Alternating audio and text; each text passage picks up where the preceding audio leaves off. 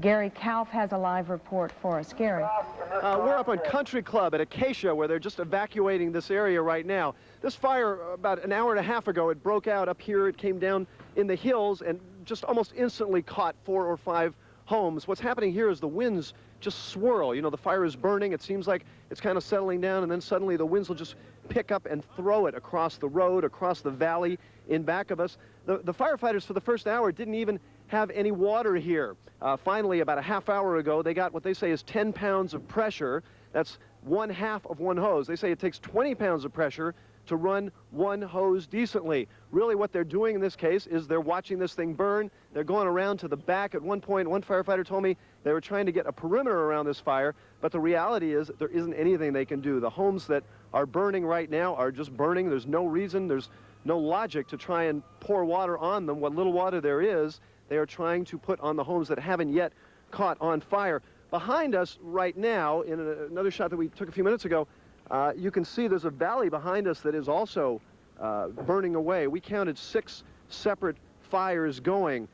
You know, the cinders dropping onto shingle roofs, and it's clear that it's just going to be a little while until more houses catch on fire. 3 more homes were burning back there. At one point we saw flames 50 feet into the sky here. Cinders raining down like the 4th of July, like a fireworks display is what it looked like at one point. The flames are just working their way down the hill here on Country Club. This has been going now, I guess, for about an hour and a half, and little by little they'll catch one roof and work down a little further, jumping on a back porch, working their way on the shake shingle roofs, on the other regular shingle roofs, that kind of thing. A couple of homeowners out here are valiantly trying to pour water on their roofs. They're up on top with their little garden hoses doing what they can, but really there isn't very much they can do.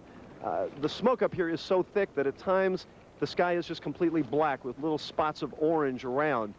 Then the wind will kick up and it'll blow the sky clear, but it also blows these burning cinders through. I've never been in anything that really looked like a firestorm as much as this. You're constantly looking at the sky, making sure that you're not in the way of the cinders coming towards you. Right now, firefighters have evacuated this area. They're moving down the hill, and I think we should probably do the same. Back to you. Field anchor Gary Kauf is live now in San Francisco with the latest on the story. Gary. Good morning, Frank. We're on the east side of Telegraph Hill on Sansom Street, and a few minutes ago we went up the hill to get you a little better view of what's going on up on Alta Street this morning. We shot these pictures just 15 minutes ago, and by the looks of it, the city had better hurry and pull this building down before nature and the laws of gravity take care of it for them. There's a long and menacing crack running through the concrete roadway down the last 50 feet of Alta Street. It's hard to estimate just how quickly that crack is opening up, but it's definitely widening. Now, the plan is that beginning in about an hour, City Public Works crews will start stabilizing the teetering apartment building. Then around noon, they'll start tearing it down. It's estimated the destruction will take about a day. The building's owner, Benjamin Chavez, had been ordered to demolish the building, but he refused. So the city will go ahead and do it and bill him the $100,000 cost. Well, the city will pay the costs of this work now, but ultimately the owner will get a bill. Lose everything. I've lost everything already. The building is a total loss.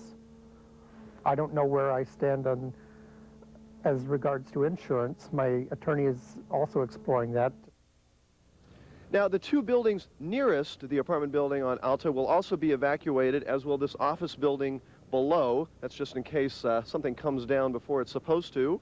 Again, this thing is supposed to take approximately a day, which means it'll probably run a little bit into tomorrow. There's a possibility that the owner, Benjamin Chavez, could rebuild on that site. Public Works person that I talked to said he'd have to drop pilings 20 to 30 feet into the side of Telegraph Hill. That's an expensive and a complicated process. Frank and Laura. Those shots were great, Gary. They really give you a sense of how it's right on the edge. Have police given any word at all if people want to come out and, I don't know, watch today? Or are they telling them to stay away? Or are there areas where you can watch if you want to see this building come down? Well, they're not telling them to stay away. They essentially have blocked off the street. Across the street is Levi Plaza, and there are some barriers. You can stand on the other side and come down here and watch if you want to get a little tourist attraction view here. This has been real popular all this past week and a half or so.